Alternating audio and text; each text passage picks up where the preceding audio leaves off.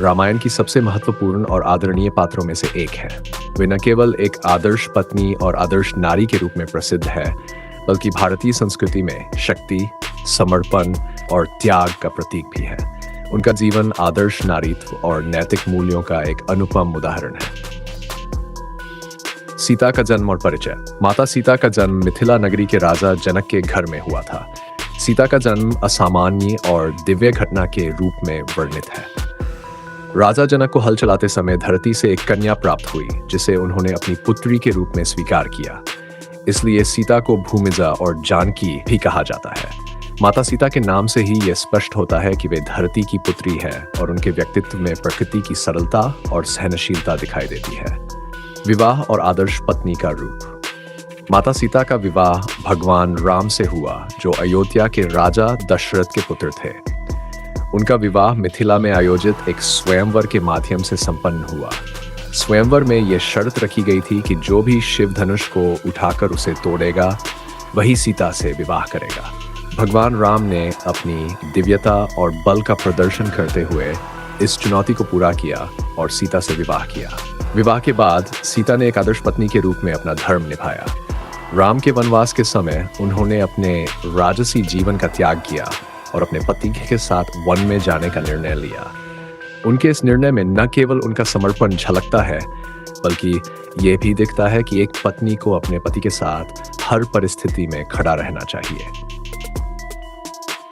लंका में सीता की परीक्षा। रामायण का सबसे मार्मिक प्रसंग तब आता है जब रावण सीता का अपहरण कर लेता है और उन्हें लंका ले जाता है। रावण ने माता सीता को अपनी रानी बनने के लिए कई बार मनाने की कोशिश की, लेकिन सीता ने अपने चरित्र और अपने पति के प्रति वफादारी को बनाए रखा।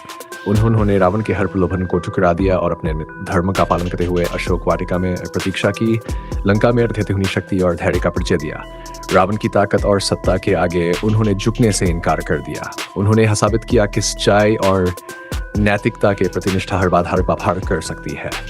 अग्नि परीक्षा और समाज के लिए संदेश। लंका विजय के बाद जब भगवान राम ने सीता को वापस अपनाने की बात की, तब उन्होंने अग्नि परीक्षा की मांग की। माता सीता ने यह परीक्षा स्वीकार की और पवित्र अग्नि में प्रवेश कर अपनी शुद्धता सिद्ध की।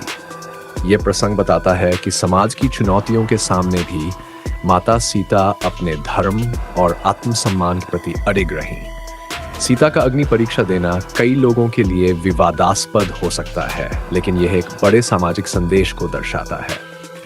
यह दिखाता है कि स्त्री के चरित्र की परीक्षा केवल बाहरी स्थितियों से नहीं, बल्कि उसके आत्मबल और सच्चाई से होती है। वनगमन और मातृत्व का परिचय। जब अयोध्या लौटने के बाद सीता को पुनः समाज के प्रश्नों का सामना करना पड़ा, तब उन्होंने स्वेच्छा से वनगमन का निर्णय लिया।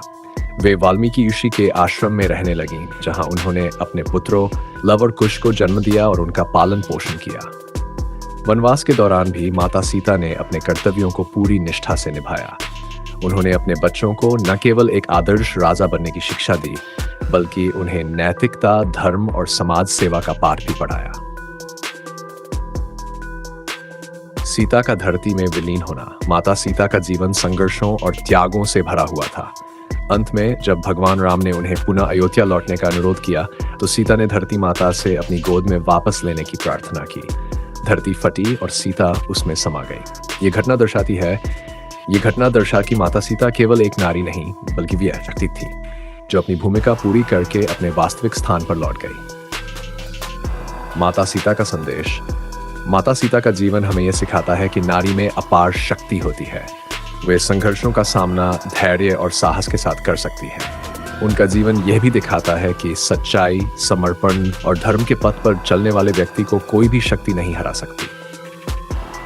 सीता का चरित्र हमें यह प्रेरणा देता है कि कठिन परिस्थितियों में भी अपने मूल्यों और सिद्धांतों को बनाए रखना चाहिए। रामायण में माता सीता केवल एक चरित्र नहीं, बल्कि आदर्श नारीत्व और सच्चाई की प्रतीक है। उनका जीवन हमें यह सिखाता है कि नारी केवल कोमलता का नहीं, बल्कि शक्ति और साहस का भी प्रतीक है।